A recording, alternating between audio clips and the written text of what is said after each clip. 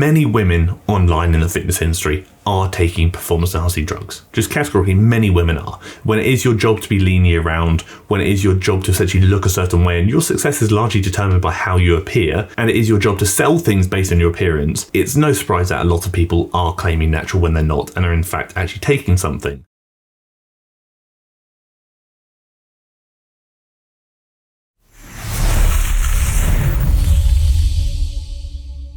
I need your attention for 2 seconds before we start because I've got some big things occurring right now. I'm running a raffle, basically. Anybody who purchases a TFNL workout guide through the month of February is going to get entered into a raffle where you can win one of 3 things. One's going to be 2 months free coaching with me on a one-to-one basis online. The next one's going to be a free program written by me that obviously will be tailored to your needs. And the third one's going to be your order refunded. So I'll refund whatever you bought and you can basically get it for free. So that's going to be running through February, and obviously I'll announce the 3 winners in March. And if you're subscribed to the mailing list, which you can do so by going on the website where you purchase the guides and scrolling down to the bottom and just entering your email, you may get yourself a private discount code to be used on the workout guides. So if you want to get involved, tfnl.uk, scroll to the bottom, sign up to the mailing list, get a discount code, and have a gander at the guides which are all featured on the website. But now we're going to talk about Natacha and whether I think she's taking performance-enhancing drugs or not. Because Natacha is obviously a very popular creator in the old fitness realm, and she's somebody that when I do videos on, I often do get the occasional comment saying, oh, she can only train this hard because she's taking steroids, or she can only do this because she's doing XYZ. I figured it's worth talking about, and I'm going to kind of give my opinion and maybe help you form your own opinion. Natacha trains bloody hard. Her training's pretty crazy. I think for a period she was doing an Ironman or something similar. You look at the stuff she does where not only is she strong regarding like resistance training and lifting weights, she's very athletic, she's very fit, and she's got incredible stability when she's doing anything. Prime example here. And then that makes you ponder, well, how does a normal person train so hard and achieve such incredible results without the use of performance-enhancing drugs, which is often what triggers people to say, oh, she must be taking something. I'm going to try and see this through the lens of people who might be making those accusations. So we look at her from a physical perspective. She looks incredible. She's got a good level of muscle mass. She's also maintaining that muscle mass whilst being incredibly fit and incredibly active. And a lot of people seem to believe, for whatever reason, that if you do cardio or you're aerobically fit, that means you can't build muscle, or that will eat away at your muscle, which we know is a myth and is not fact. But these people who may be making those claims may still believe that, and that could be a contributing factor as why they believe that just because she works out like this, she shouldn't have developed muscles. And then people also make the argument saying, well, this is her living. She makes a living from being fit, from looking good, from being active, from creating content, and from being relatively lean year round. That must mean she's taking something to maintain that low level of body fat year round whilst also progressing and still recovering and all this stuff. Then I look at it through my lens. Nothing about Natacha has ever in my mind once made me think maybe she's taking performance enhancing drugs. Yes, she looks incredible. She's got fantastic physique. Yes, she's very fit. She's very active. She's very diverse with her training. She works bloody hard and her recovery must be pretty incredible to do so. I don't look at her and think she must be taking something, because quite frankly, it's from a muscular development standpoint. Do I actually develop a level of muscle mass that I deem to be wildly crazy that might indicate performance enhancing drugs? No, I think she has a very fair level of muscle mass. Nothing that's wildly crazy though. It's not through the roof incredible. Then I think about her conditioning. Yes, she is relatively lean year round. I don't think she's relatively lean year round and building loads of muscle whilst doing so. I think she's at a healthy body fat percentage for her and her goals and her sport, and she maintains that to be able to perform well. She's not just about resistance training. She's about cardiovascular training, more functional training. She does a lot of different things, and she is maintaining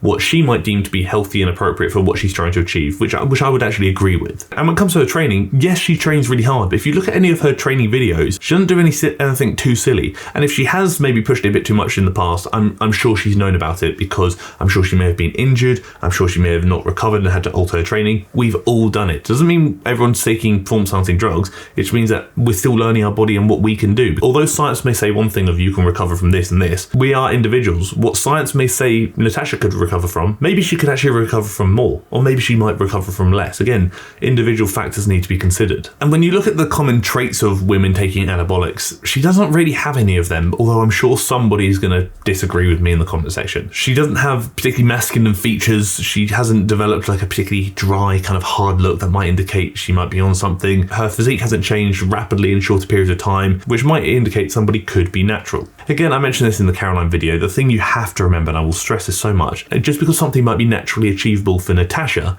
doesn't mean it's naturally achievable for you. What she can achieve doesn't mean that you can achieve. And what somebody might achieve on drugs doesn't mean you would achieve on drugs. You might actually arguably achieve more naturally than somebody else might achieve on performance-enhancing drugs. Whereas somebody might achieve more naturally than you might achieve on performance-enhancing drugs. Doesn't mean that they're taking something just because you are. It just means that genetics are a factor. Everyone has their ceiling. How far can Natacha go? How far can you go? Again, it really depends on the individual. We aren't just designated to women can achieve this much, men can achieve this much. It really is how much can you achieve? But I often do get these comments more from men saying she must be taking something.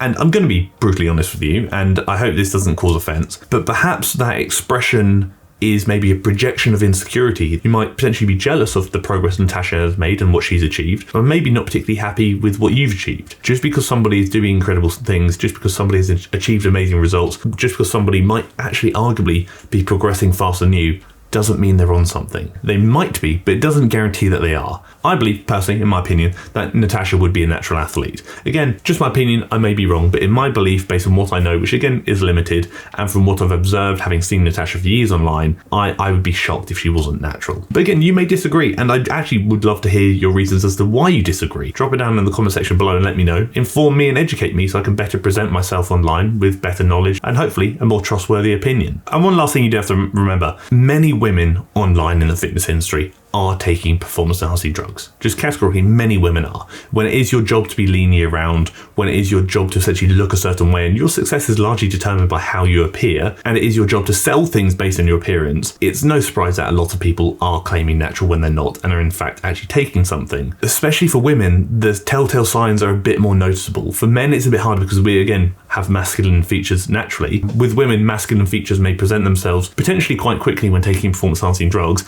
and those changes might be a lot more noticeable because they're not typically displayed by women. A man with masculine features might be expected, whereas if a woman started developing potentially hyper-masculine features due to performance-enhancing drugs, that might be less expected, therefore that could be an indicator that something might be taken. Not always, not necessarily, but it could be an indicator. I'm actually in the process of putting something together. I don't want to say too much about it. If all goes to plan, I'll be doing some videos with somebody who is far more clued up on women, hormones, performance-enhancing drugs than I ever will be, and somebody who's at the top of their game in their respective field as a professional bikini athlete. I don't want to give away too much because again it is early days and we're having conversations about how we can best format it and how we can best go about creating the right content for you, and how I can bring somebody on who knows a lot more than I do to actually give you a better opinion, actually explain and teach you a lot more about potentially what to look out for and all those things to consider for yourself. But like I said, we're working on it. But quickly before I go, if you haven't already, do please consider clicking the red button down below to subscribe to the YouTube channel because I would very much appreciate it. And don't forget at the start of the video, mention the raffle. So if you jump on and get a TFNL workout guide at any point in the month of February, you're bloody laughing and you may win some juicy things. But until then, thank you for tolerating me. Thank you for tolerating my teasing about future videos with